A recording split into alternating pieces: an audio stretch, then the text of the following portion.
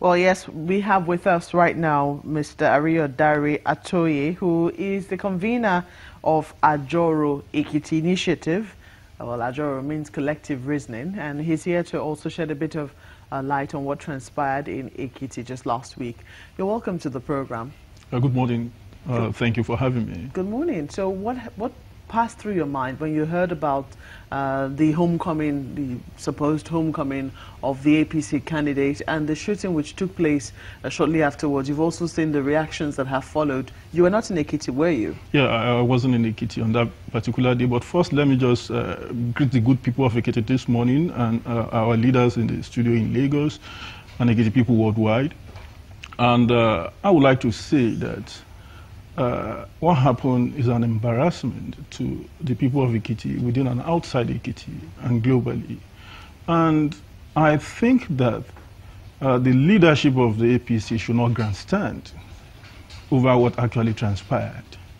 I think as if the way they call the Ekiti people, the leaders, which I believe I'm one in terms of being a Omoluabi of Ekiti people, I think the honest thing they should do is to apologize to the good people of Ekiti State for what actually happened.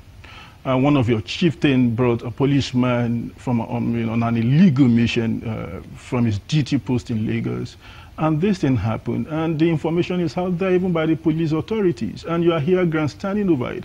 And based on what... Sorry, would you kindly clarify who the APC leader is? Yeah, they've mentioned it. They said one Mr. Tokbe stuff. The name has been in the media. And that they brought somebody who was on a duty post in Lagos to Ekiti. And there is something which I want you to look at. What's illegal about it? Yeah, fine, he was not supposed to be in Ekiti. He was on a duty post in a bank in Lagos. And you brought him to Ekiti either as an escort of whatever mission which is not clear, which I think the police should do a kind of a due diligence for them to be able to investigate. And when you look at something here, there is a narrative that Senator Ayoarishe is trying to paint, shifting it to a talk, probably maybe the talk in trying to, at the point of struggling with a policeman.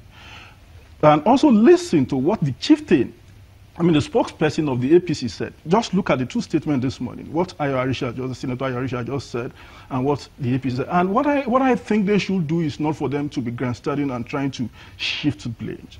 What happened was a major disaster, and based on what... You think it was a mistake? No, I want to agree that probably accidental discharge, this was a crowd, and probably something, it was difficult for the policeman to manage, or probably was trying to shield his own boss. There is this kind of attention-seeking, I can service kind of a thing. Probably maybe the boss was trying to reach out to the governorship candidate of the party, kind of a thing could have happened. And when this thing happened, the first thing, for instance, when I got this information, I got it from some of the boys loyal to former Governor Fayemi on Twitter that Fayemi escapes assassination, and that actually alarmed me. And when I decided to investigate the issue, and I found out that it wasn't that true.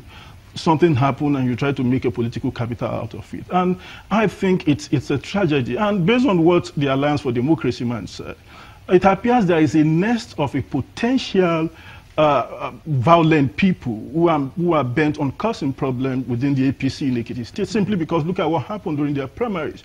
There was that sign that, look, it probably would be very difficult for them to be able to handle themselves, and it's not been fine. I heard what Senator Ayoarishe said, that they've been trying to manage the situation coming together to line up behind Governor Fayemi. But believe me sincerely, as an Ekiti person, every life of Ekiti person is not worth the political ambition of anybody. And I believe that what Dr.